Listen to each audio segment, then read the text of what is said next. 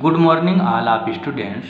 Today we'll teach about the Oersted experiment. आज हम आर्स्टेड के प्रयोग के बारे में अध्ययन करेंगे और आर्स्टेड के प्रयोग के बारे में अध्ययन करने से पहले हम जानते हैं कि हमारा वीडियो YouTube चैनल पर उपलब्ध है और नए नए वीडियो देखने के लिए सबसे पहले प्राप्त करने के लिए हमारे वीडियो को सब्सक्राइब करिए। तो हम चलते हैं कि आर्स्टेड का प्रयोग क्या है।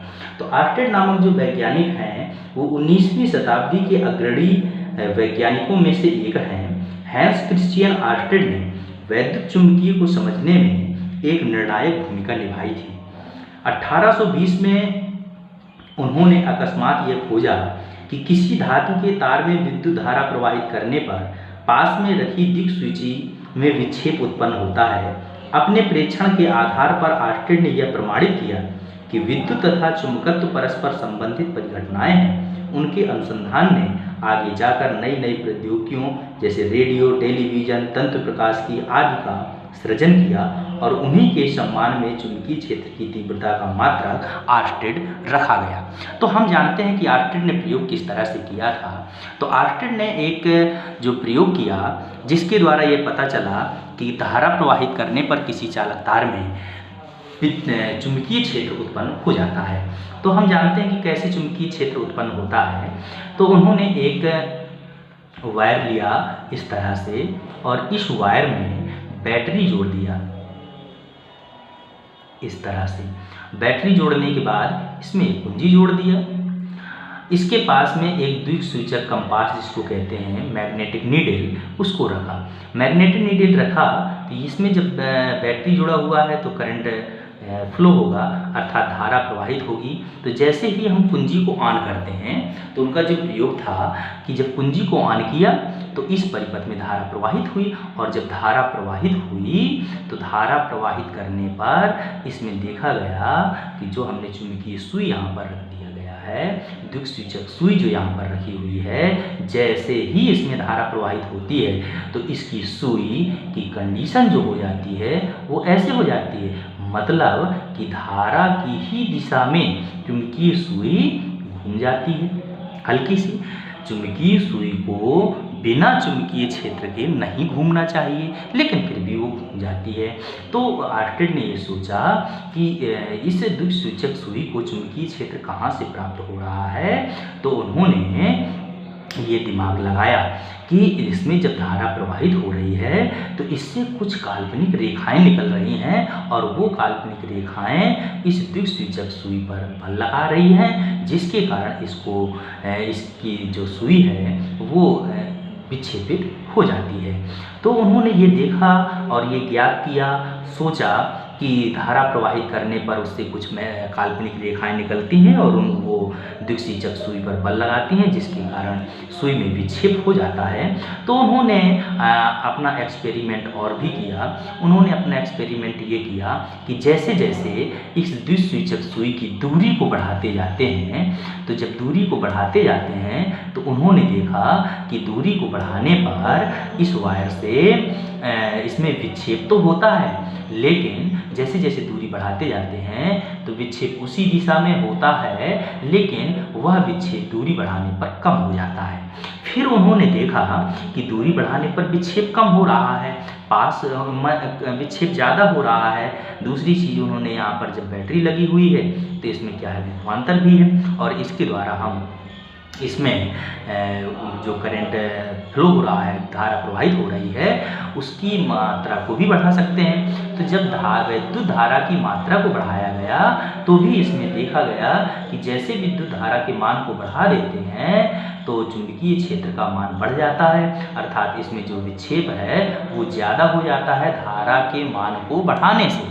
अब हम चलते हैं कि इसमें फिर क्या किया कि अब तो इसमें धारा जो प्रवाहित हो रही थी वो इस दिशा में प्रवाहित हो रही थी। अब उन्होंने क्या किया कि धारा की दिशा को उलट दिया। जब धारा की दिशा को उलट देंगे अब धारा ऐसे प्रवाहित होगी। फिर इसके पास में चुंबकीय सुई को रखा, तो जब चुंबकीय सुई को रखा तो पहले इस दिशा में प्रवाहित हो घूम रही थी, विक्षेप हो रहा था चुंबकीय सुई में, क्योंकि धारा इस दिशा में प्रवाहित हो रही है। अब धारा इस दिशा में प्रवाहित हो रही है, तो जब कुंजी को ऑन किया, धारा प्रवाहित हुई, तो जो चुंबकीय सुई है, चुंबकीय सुई में विक्षेप तो हुआ, लेकिन धारा की दिशा को बदल देने पर विक्षेप की दिशा भी बदल जाती है। तो इस तरह से आर्स्टेड ने प्रयोग किया, और प्रयोग के उपरांत उन्होंने धारा के मान को बढ़ाकर प्रयोग किया, इस चुंबकीय सुई की दूरी को बढ़ाकर प्रयोग किया। तो उन्होंने देखा कि दूरी को बढ़ाने पर विक्षेप का मान घटता है और धारा को बढ़ाने पर विक्षेप का मान बढ़ता है। धारा की दिशा को उलट देने पर चुंबकीय से सुई का जो विक्षेप की दिशा है वो भी बदल जाती है। तो इन सब प्रयोगों से आर्स्टेड ने यह ज्ञात किया कि अगर किसी चालक तार में धारा प्रवाहित की जाए तो उसमें चुंबकीय क्षेत्र उत्पन्न होता है। इस तरह से आर्स्टेड ने एक अहम भूमिका निभाई।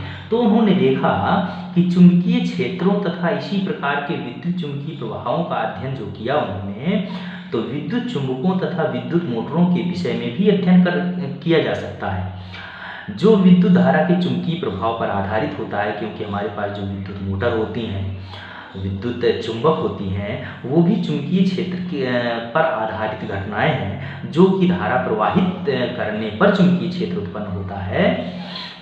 तो हम अध्ययन करेंगे कि विद्युत धारा के चुंबकीय प्रभाव पर आधारित कौन कौन सी घटनाएं हैं। तो उस पर घटनाएं जो हैं वो है विद्युत चरित्र के विषय में भी जानकारी प्राप्त करेंगे, गतिमान चुंबक के विद्युत प्रभाव पर भी आधारित है।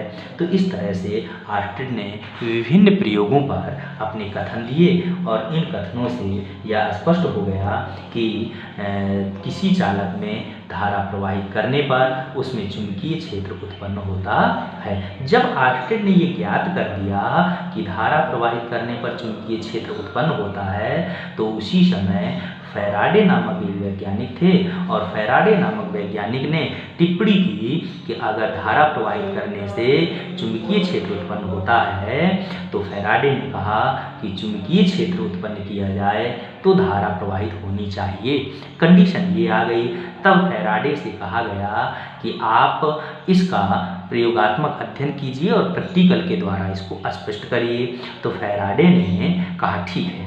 फैराडे ने चुंबकीय क्षेत्र के द्वारा धारा प्रवाहित करने का प्रयोग किया, और लगभग 12 वर्षों तक इस प्रयोग में लगे रहे।